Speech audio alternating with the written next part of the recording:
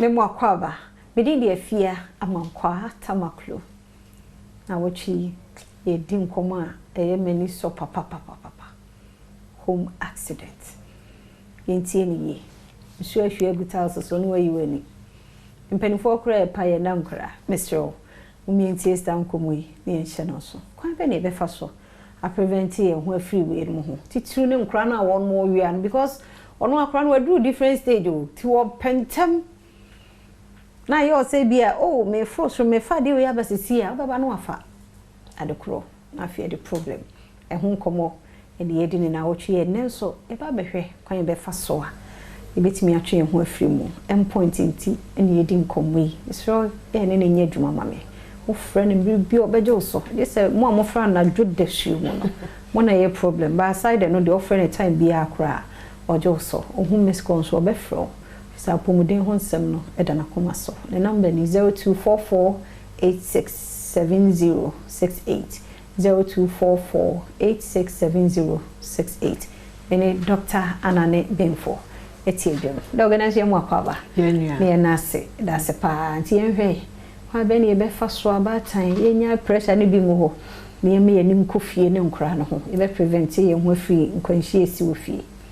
me da se fia ene de epesi esua se na ye betimi abo emofra ne ho ban from home accidents ye di kind bottles are ye de drink bottles and so bottles ye momode na maye mfa mmofra no emomo no so they be wato nso ana drink no wa start wo de bottle na tua abofra na no obesua nti se bibi wo mu na enye drink ana nso a obetimi afa ano nti yen sure se ne mfa ne mengu cup mu ne yen sure mo se ne no made free cup mu so come de na cup no be kwa kofa na wanu mu nso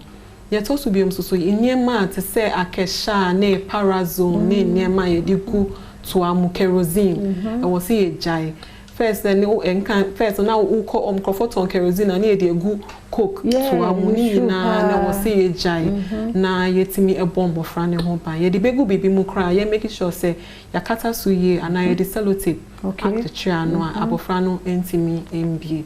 and any chemicals ni no yen free nkwala no omani you can't take out of the reach of the child say obenya table bi na shelf bi na wa pack ni na eguma abofra no nensa enkoka e patwan and at also bi no so no say na kan bibi hwegu for ma yembo modern na yem paper nentem ko te go hono ma omo betimi e kwa le pani kwa de agredo abofom patwan and opened sockets near bobo wall no no see betimi enya bibi de akata so a na abofra ne nsa emfa ne nsa nkoshem o charge your phone now charge we are too free ho na fa to ho no wo naked wire say bia TV wire ho ta ho no ma pe bibi na fa ho ana say na say o hwe nnan ho a yetimi ye friend no veneer so timi de bo wall ne ho na eno ended at the former abofra no betimi de nsaka and I was safety in niema wo honom so e bia ofie wo story building na betimi aye small gate abofra ntimi MPA and fast staircase ne so and our kitchen crowd betimi aye short door bi wo kitchen na no so that abofra no ntimi nwia enko kitchen ho and as ye jam ofra na ye jam ofra no man ko form ye responsible ye nnuano mo mpanyifo obi abia na o hwe ni game o hwe TV onya adaje nhwe abofra no obi o ye responsible betimi ahwe abofra no ye jam omo ema omo se enu aduane kra wa bonten ye mbo modi asen kwala no ewo inside me patwan na yetimi abomo ho ban and a toys beto toy ama oba but modi na hwe se toy na wo to no eni ni age pe